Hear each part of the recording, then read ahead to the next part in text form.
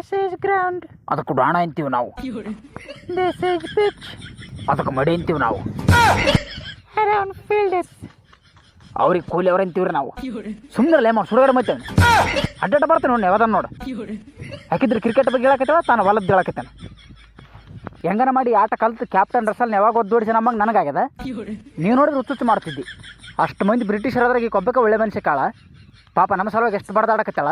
ನಿಮ್ಗೆ ಯಾಕೆ ತಿಳವಲ್ತಿದ್ದಲ್ಲ ಒಟ್ಟು ಚಲ ಮನುಷ್ಯ ಕಾಳಿಕೆ ನೋಡಕ್ಕನಷ್ಟು ಚಲಾಳ ಅಂತ ನಾನು ಅಂತೀನಿ. ಮತ್ತು ಬ್ರಿಟಿಷ್ ಯುವರಾಣಿಯನ್ನು ಹೆಚ್ಚೆಚ್ಚು ಹೊಗಳುವ ದೃಶ್ಯವನ್ನು ಕಂಡು ಗೌರಿಯ ಮನದಾಳದ ಮಾತು.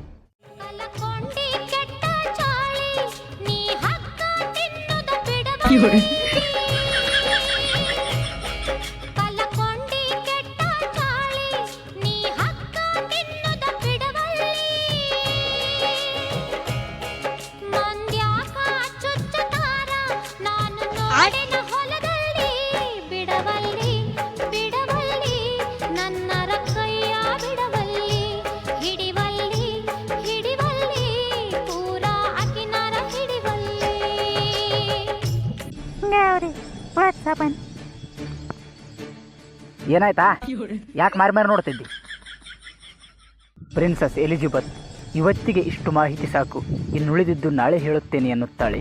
ಆ ಯುವರಾಣಿಗೆ ಧನ್ಯವಾದಗಳನ್ನು ತಿಳಿಸಿ ರೈತರು ಆಟ ಕಲಿತುಕೊಳ್ಳಲು ಆರಂಭಿಸುತ್ತಾರೆ. ಎಲಿಜಬೆತ್ ಮೇಡಮ್ ಹೇಳಿದ್ದು ಗೊತ್ತಾಗದಿಲ್ಲ ನಿಮ್ಗೆಲ್ಲರಿಗೆ. ಚಲಾಡ್ಬೇಕು ನೋಡು.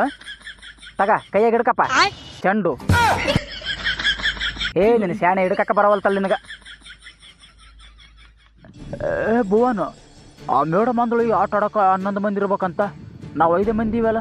ಗೌರಿ ಬುತ್ತಾಕ್ ತರಕ್ಕೆ ಹೋಗಿದ್ದಿ. ನಾವೇನಿಲ್ಲಿ ಕೆಲಸ ಮಾಡಕತ್ತೀವಿ, ಏನು ಆಟ ಆಡಕತ್ತೀವಿ? ನಾನೇನು ಆಟ ಕಲ್ತಂಗ ಸರಿಯಪ್ಪ, ಇವ್ರು ಕಲಿಬೇಕು ನೋಡಿ ಹೆಂಗನ ಮಾಡಿ. ತಗ ಹಿಡ್ಕ ಬೇಸ.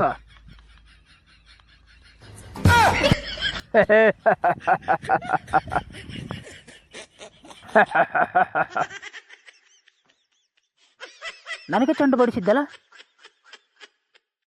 ತಗ ಹಿಂಗ ಕಟ್ರಂಗಲ್ಲ ಚೆಂಡು. ಈ ಚೆಂಡು ಅವ್ರ ಕೊಟ್ರಿ ಸೀದಾ ಮಾತಾಡ್ರಿ ನನಗೆ. ಅಥವಾ ಕಟ್ಟ ನೋಡೋಣ.